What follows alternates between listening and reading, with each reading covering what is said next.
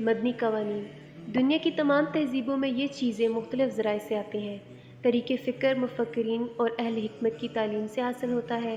اصول اخلاق ان رہنماؤں، معلموں اور پیشواؤں سے لیے جاتے ہیں جن کو مختلف زمانوں میں خاص خاص قوموں پر اقتدار حاصل ہوتا ہے۔ اور مدنی قوانین وہ لوگ وضع کرتے ہیں جن کی مہارت پر زندگی کے مختلف شعبوں میں اعتماد کیا جاتا ہے۔ اس طرح سے جو نظام تمدن قائم ہوتا ہے، ان میں اکثر 3 خامیاں پائی جاتی ہیں۔ اولاً، کیونکہ تہذیب کے تینوں اجزاء 3 مختلف ذرائع سے حاصل کیے جاتے ہیں، اس لیے ان میں باہمی یگانگت و موافقت نہیں پائی جاتی۔ ثانیاً، زمانے کے استعداد کے ساتھ یہ ماخذ بدل سکتے ہیں، اس لیے ان میں وسعت اور طول حیات کی صلاحیت نہیں ہوتی۔ ثالثاً، تینوں اجزاء کا ماخذ انسانی اتحاد ہوتا ہے جس میں تقدس کا کوئی شائبہ شامل نہیں ہوتا، اور اس کا احساس معتقدین میں بھی ہوتا ہے، اس لیے ان میں کامل اطاعت کا جذبہ پیدا نہیں ہوتا۔ اسلام نے جو ایک عالمگیر تہذیب کا علمبردار ہے، انسانی تہذیب کو ان خامیوں سے پاک رکھنے کے لیے اپنے اساسی معتقدات میں رسالت پر ایمان کے عقیدے کو شامل کیا ہے۔ عقیدہ رسالت کی حقیقت یہ ہے کہ اس کائنات کے شہنشاہ نے اپنی رائے کو اپنے احکام و قوانین سے باخبر کرنے کے لیے اپنے برگزیدہ بندوں کو منتخب کیا، جن کو خاص علم کے ذریعے حقائق سے باخبر کیا جاتا ہے۔ اسلامی اسلام میں یہ خدا کے منتخب نمائندے رسول کہلاتے ہیں۔ رسول ہر دور اور ہر قوم میں آئے ہیں، مگر ان سب کا پیغام اور فلسفہ حیات ایک تھا۔ سب سے آخر میں محمد رسول اللہ صلی اللہ علیہ وآلہ وسلم تشریف لائے، کیونکہ آپ کی تعلیم ابدی، عالمگیر اور ہر قسم کی تحریف سے پاک ہے، اس لیے اب اور کسی نبی کی ضرورت نہیں۔ انسانیت کی فلاح اب اسی میں ہے کہ وہ اپنے نظام و تہذیب و تمدن کی تمام اجزاء کو صرف آپ ہی کی تعلیم سے اخذ کرے۔ پیغمبر عربی صلی اللہ علیہ وآلہ وسلم کو رسول اور آخری نبی تسلیم کرنے کا لازمی تقاضا یہ ہے کہ ہم آپ کے اسوہ حسنہ کو قیامت تک کے لیے قابل اتباع سمجھیں اور زندگی کے تمام مسائل میں آپ ہی کے اقوال و افعال سے روشنی حاصل کریں، کیونکہ آپ کی اطاعت خدا کی اطاعت اور آپ کی نافرمانی خدا کی نافرمانی ہے۔ کتابوں پر ایمان۔ اسلام کی اصطلاح میں کتاب سے مراد وہ کتاب ہے جو بندوں کی رہنمائی کے لیے اللہ کی طرف سے رسولوں پر نازل کی جاتی ہے۔ کتاب گویا خدا کا وہ سرکاری بیان ہے جسے لوگوں تک پہنچانے، جس کی توضیح و تشریح کرنے اور جس کو عملی جامہ پہنانے کے لیے پیغمبر کو دنیا میں بھیجا جاتا ہے۔ اللہ پر ایمان اور ایمان بالرسول کا یہ تقاضا ہے کہ ان کتابوں پر بھی ایمان لایا جائے۔ قرآن مجید کے نزول سے قبل کوئی ایسی آسمانی کتاب نہ تھی جس کے متعلق دعویٰ کیا جا سکے کہ وہ ہر قسم کی تحریف سے پاک ہے، اس لیے قرآن مجید ہی اب وہ کتاب ہے جو خدائی ہدایت کا معلوم کرنے کا واحد ذریعہ ہے۔ رسالت اور کتابوں کا تعلق کیا ہے؟ انسان کی فطرت ہی کچھ ایسی ہے کہ وہ مجرد کتابی تعلیم سے کوئی غیر معمولی فائدہ نہیں اٹھا سکتا۔ اسے علم کے ساتھ ایک انسانی معلم کے رہنما کی ضرورت بھی ہوتی ہے جو اپنی تعلیم سے اس علم کو دلوں میں بٹھا دے۔ دوسری طرف یہ بھی انسانی فطرت ہے کہ وہ انسانی رہنما کے ساتھ اس کی تعلیم کا ایک مستند اور معتبر بیان بھی چاہتی ہے، خواہ کاغذ پر لکھا ہو یا سینوں میں محفوظ ہو۔ اس کائنات کا مالک انسان کی اس فطرت سے واقف تھا، چنانچہ نوع بشرا کی ہدایت کے لیے اس نے رسالت اور کتاب کا سلسلہ ساتھ ساتھ جاری کیا۔ اگر رہنما کتاب کے بغیر آتے یا کتابیں رہنماؤں کے بغیر آتی تو حکمت کا مقصد پورا نہ ہو سکتا۔ آخرت کے دن پر ایمان۔ یوم آخر سے مراد موت کے بعد زندگی ہے، اسی لیے اس کو حیات آخرت اور دار آخرت بھی کہا گیا ہے۔ قرآن مجید کا شاید ہی کوئی ایسا صفحہ ہو جو اس دوسری زندگی کے اثر سے خالی ہو۔ آخرت پر ایمان ہی وہ واحد داعیہ ہے جو ایک فرد کی زندگی میں احساس ذمہ داری پیدا کرتا ہے، اسے ایک خدا ترس قابل اعتماد شہری بناتا ہے اور اسے اس امر پر آمادہ کرتا ہے کہ وہ اپنے تعلقات اپنے خدا اپنے جیسے انسانوں کے ساتھ صحیح بنیاد پر قائم کرے۔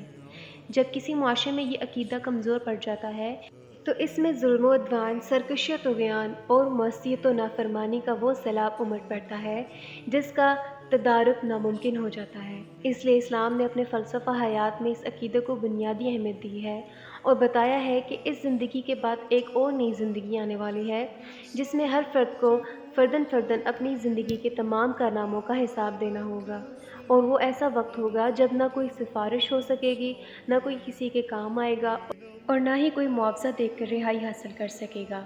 وہ انصاف کا دن ہوگا، ہر ایک کو اچھے اعمال کی جزا اور برے اعمال کی سزا مل کر رہے گی۔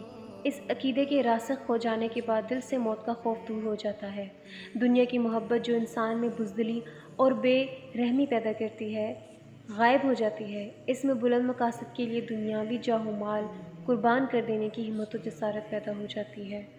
ارکان اسلام۔ اب ہم اس نظام تہذیب و تمدن کے ان اداروں کا ذکر کریں گے جن کی بدولت امت مسلمہ میں اتحاد و یگانگت، اپنے فلسفہ حیات سے گہرا لگاؤ، عملی جد و جہاد کے میدان میں بے پناہ عزم و استقلال اور انسانیت کی قیادت و امامت کے لیے صلاحیت پیدا ہوتی ہے۔ یہی وہ ادارے ہیں جن کے ذریعے تحریک اسلامی کے کارکنوں میں خدا ترسی، خلوص، ایثار اور اپنے بلند اور اعلیٰ نصب العین کے لیے سب کچھ قربان کر دینے کے پاکیزہ اور قابل قدر جذبات و صاف بیدار ہوتے ہیں۔ نماز۔ اسلامی نظام زندگی میں اس کی اہمیت اس سے واضح ہو جاتی ہے کہ ایمان کے بعد اسلام کا دوسرا ستون نماز ہے، جس کا حکم قرآن مجید میں سب سے زیادہ مرتبہ دیا گیا ہے۔ سابقہ امتوں پر بھی اسی طرح فرض رہی ہے جس طرح امت محمدی پر فرض ہے۔ نماز پنجگانہ کی فرضیت ہجرت سے کچھ عرصہ قبل ہوئی۔ افراد امت مسلمہ کو حکم ہے کہ وہ پاک بدن اور پاک لباس کے ساتھ قبلہ رو ہو کر ایک امام کے پیچھے شانہ بشانہ صف آرا ہوں اور خدا کے حکم کے مطابق دن میں، رات میں 5 مرتبہ انفرادی اور اجتماعی طور پر اپنے حاکم حقیقی کے سامنے بصد عجز و نیاز اپنی بندگی اور بے چارگی کا اقرار کریں۔ اس کے ساتھ وفاداری اور اس کی غیر مشروط کامل اطاعت کا جو عہد لا الہ الا اللہ کے اقرار کے ساتھ بندہ ہے، اس کی تجدید کریں۔ یہ مسلسل عمل اسلامی نظام حیات کے اپنانے والوں میں جہاں اپنے مالک کے ساتھ ایک مضبوط اور صحیح رشتہ قائم کرتا ہے، وہیں ان میں باہمی موانست و محبت کی روح پھونک دیتا ہے، اپنے سردار اور امام کی معروف الاطاعت کی مشق بہم پہنچاتا ہے، پاکیزگی اور طہارت کا احساس ابھارتا ہے، پابندی وقت کی اہمیت کو اجاگر کرتا ہے۔ الغرض یہی وہ اوصاف حمیدہ ہیں جو کسی معاشرہ میں صحیح منزل کی سمت گامزن ہونے کی صلاحیتیں پیدا کرتے ہیں۔ روزہ۔ نماز کے بعد دوسرا ادارہ روزہ ہے۔ اسلامی فلسفہ حیات پر ایمان رکھنے والوں میں مطلوبہ صفات پیدا کرنے کے لیے جس طرح نماز سے دن رات میں 5 مرتبہ کام لیا جاتا ہے، اسی طرح سال میں 1 مرتبہ پورے ماہ کا تربیتی کورس رکھا گیا ہے، یعنی رمضان۔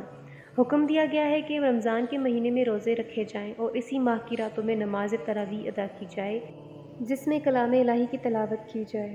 اس طرح جب ایک شخص پورے ماہ صبح پو پھٹنے سے غروب آفتاب کے بعد تک اپنے رب کی فرمانبرداری اور رضا جوئی کے لیے اپنے آپ کو کھانے پینے اور دیگر خواہشات سے روک رکھتا ہے تو اس میں قانون الہی کی پابندی کرنے کی عادت پیدا ہوتی ہے، اور ساتھ ہی اس کے دل میں اپنے بھائیوں اور ساتھیوں کی تکلیف اور پریشانی کا احساس بھی پیدا ہوتا ہے جو زمانے کے نامساعد حالات کی وجہ سے اقتصادی بدحالی کا شکار ہیں۔ ایک ماہ کی تربیت جہاں افراد کی روحانی قوتوں کی نشوونما کرتی ہے، وہیں ان میں صبر و تحمل، غم خواری و ہمدردی، مصائب و تکالیف کو خندہ پیشانی سے برداشت کرنے کی جرأت جیسے بلند اخلاقی فضائل بھی پیدا کرتی ہے۔ نماز کی طرح روزے بھی سابقہ ملتوں پر فرض تھے۔ اسلام سے قبل اہل عرب میں بھی اس کا رواج تھا، لیکن ماہ رمضان کے روزوں کی فرضیت کا حکم 2 ہجری میں نازل ہوا۔ زکوٰۃ۔ وہ انسانی معاشرہ کبھی فلاح و بہبود سے ہمکنار نہیں ہو سکتا جس میں اقتصادی دولت کی تقسیم کا رواج ظالمانہ حد تک عدم مساوات پر مبنی ہو۔ جہاں دولت چند ہاتھوں میں جمع ہو گئی ہو، اکثریت دن بدن غریب سے غریب تر ہوتی جا رہی ہو، حاجت مندوں اور بے سہارا لوگوں کو سہارا دینے کے لیے کوئی اجتماعی نظام نہ ہو، اس قسم کے معاشرے میں جہاں دولت مندوں کے دلوں میں قساوت و بے رحمی، خود غرضی و بخیلی جگہ کر لیتی ہے، وہیں دوسری طرف معاشرے کے نادار افراد میں بغض و کینہ اور حسد عداوت کے امن و سوز جذبات بھڑک اٹھتے ہیں، اور آخر کار یہ بھڑکتی آگ اس معاشرے کو بھسم کر کے رکھ دیتی ہے۔ اسلام کا نظام حیات جو ایک نظام فطرت ہے اور فلاح انسانیت کا ضامن ہے، اسلام نے اس خطرے کے سدباب کے لیے اپنے نظام میں زکوٰۃ کو ایک نہایت اہم رکن کی حیثیت دی ہے۔ زکوٰۃ کا مطلب یہ ہے کہ اسلامی حکومت مالدار مسلمانوں سے ان کی دولت کا ایک حصہ وصول کرے اور اس رقم کو معاشرے کے ضرورت مند افراد میں تقسیم کر دے تاکہ دولت اس طرح گردش میں رہے اور اس گردش دولت سے معاشرہ کو اقتصادی استحکام نصیب ہو۔ زکوٰۃ حکومت کی عائد کردہ ٹیکسوں کی طرح کوئی ایک ٹیکس نہیں، بلکہ اسلامی نظام حیات میں نماز روزے کی طرح یہ بھی ایک فرض عبادت ہے جس کا اطلاق ہر صاحب حیثیت مسلمان پر ہوتا ہے۔ جو مسلمان زکوٰۃ ادا کرتا ہے وہ اس جذبے سے کرتا ہے کہ وہ اپنے رب کے حکم کی اطاعت کرتے ہوئے اپنی دولت کا ایک مقرر حصہ معاشرے کی فلاح کے لیے دے رہا ہے۔ نہ وہ لینے والے پر احسان جتا سکتا ہے اور اور نہ اسے توقع کر سکتا ہے کہ وہ اس کا دست نگر ہو کر رہے۔ زکوٰۃ کا یہ نظام امت مسلمہ کے افراد میں قانون الہی کی پیروی کے ساتھ سخاوت و مروت، ایثار و قربانی کے جذبات پروان چڑھاتا ہے۔ ان کے دلوں میں دنیاوی مال و دولت کی بے جا محبت، بخیلی اور خود غرضی کے رقیق جذبات جڑ سے اکھاڑ پھینکتا ہے۔ زکوٰۃ ہر بالغ و عاقل مسلمان پر فرض ہے جو صاحب حیثیت ہو۔ چونکہ زکوٰۃ کی نوعیت ایک مذہبی فریضہ کی ہے، اس لیے اسلامی ریاست کے غیر مسلم باشندے اس کی ادائیگی سے مستثنیٰ قرار دیے گئے ہیں۔ حج اسلامی برادری کا ایک عالمگیر اجتماع ہے۔ اسلام کسی خاص ملک و قوم یا کسی خاص نسلی اور لسانی گروہ کا دین نہیں، بلکہ یہ ایک بین الاقوامی اور عالمگیر نظام کا داعی ہے۔ اس لیے ضروری تھا کہ کسی ایسے ادارہ کا انتظام کیا جائے جس کے ذریعے تمام روئے زمین کے وہ انسان جو اس دین فطرت پر ایمان رکھتے ہوں ایک سلسلہ میں منسلک ہو جائیں۔ حج کی تقریب اسی ضرورت کو پورا کرتی ہے۔ حج اسلامی برادری کا ایک عالمگیر سالانہ اجتماع مکہ مکرمہ میں ہوتا ہے۔ اس تقریب میں شرکت ہر اس مسلمان پر فرض ہے جس میں اتنی طاقت اور مالی استطاعت ہو کہ وہ اس تقریب میں شرکت کے اخراجات برداشت کر سکے۔ جو ہی حج کا موسم آتا ہے، ہر اسلامی بستی اور دنیا کے ہر ملک سے اسلامی نظام حیات کے پیروکار اپنے رب کے گھر کی زیارت کے لیے گھروں سے نکل پڑتے ہیں۔ یہ سفر کسی دنیوی فائدے یا سیر و تفریح کی خاطر اختیار نہیں کیا جاتا، بلکہ صرف اپنے مالک و مولا کی خوشنودی حاصل کرنے کے لیے کیا جاتا ہے۔ کتنا روح پرور اور ایمان افروز منظر ہوتا ہے جب مختلف رنگ و نسل اور مختلف خطہ زمین سے تعلق رکھنے والے افراد ایک ہی لباس اور ایک ہی انداز میں عجز و انکساری کا اظہار کرتے ہوئے اپنے شہنشاہ حقیقی کے دربار میں حاضر ہوتے ہیں۔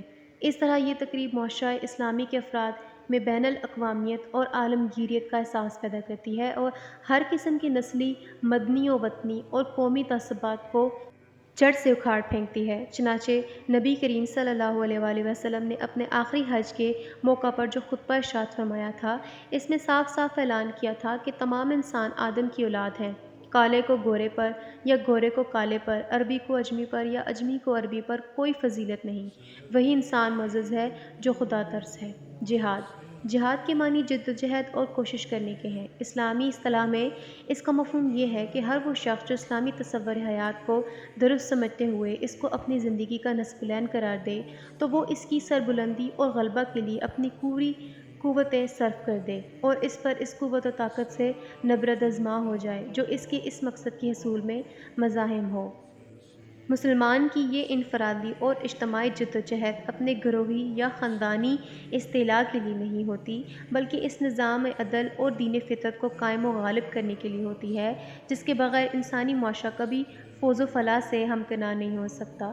یہ جدوجہد نظام باطل کے علمبرداروں کی شدید مزاحمت کی وجہ سے بعض دفعہ اتنی شدید ہو جاتی ہے کہ اس راہ میں خدائی فوج کے سپاہی کو جان کی بازی تک لگانی پڑتی ہے۔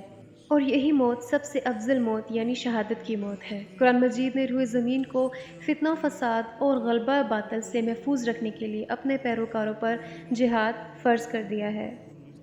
جہاد میں شرکت کو سب سے بڑی نیکی اور اس سے انحراف کو منافق قرار دیا ہے۔ دنیا میں نیکی اور انصاف کے پھیلانے اور ظلم و منکرات کے مٹانے کا واحد ذریعہ یہی جہاد ہے۔ اگر اسلام کے اساسی معتقدات اور اس کے ارکان کا ذرا بھی توجہ سے مطالعہ کیا جائے تو صاف ظاہر ہوتا ہے کہ یہ سب چیزیں ایک مسلمان کو جہاد کے لیے ہی تیار کرتی ہیں۔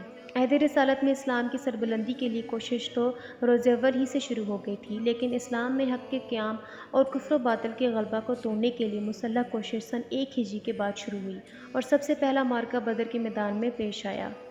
اسلامی تاریخ شاہد ہے کہ جب تک ملت اسلامیہ اس اہم ترین فریضہ کو سر انجام دیتی رہی، اسلام اور مسلمان ایک ناقابل تسخیر قوت کی حیثیت سے تاریخ عالم پر جلوہ گر رہے۔ لیکن جو ہی اس طرف سے غفلت کا مظاہرہ ہوا، ملت اپنے ہی مراکز میں مغلوب ہو کر رہ گئی۔ سامعین، امید کرتی ہوں میری آج کی ویڈیو آپ کو پسند آئی ہوگی۔ ویڈیو کے آخر میں آپ سے ایک بار پھر گزارش کرتی ہوں کہ میرے چینل کو سبسکرائب کر دیں اور ساتھ موجود بیل آئیکن کو کلک کر دیں تاکہ آپ کو میری آنے والی ہر نئی ویڈیو کا نوٹیفیکیشن ملتا رہے۔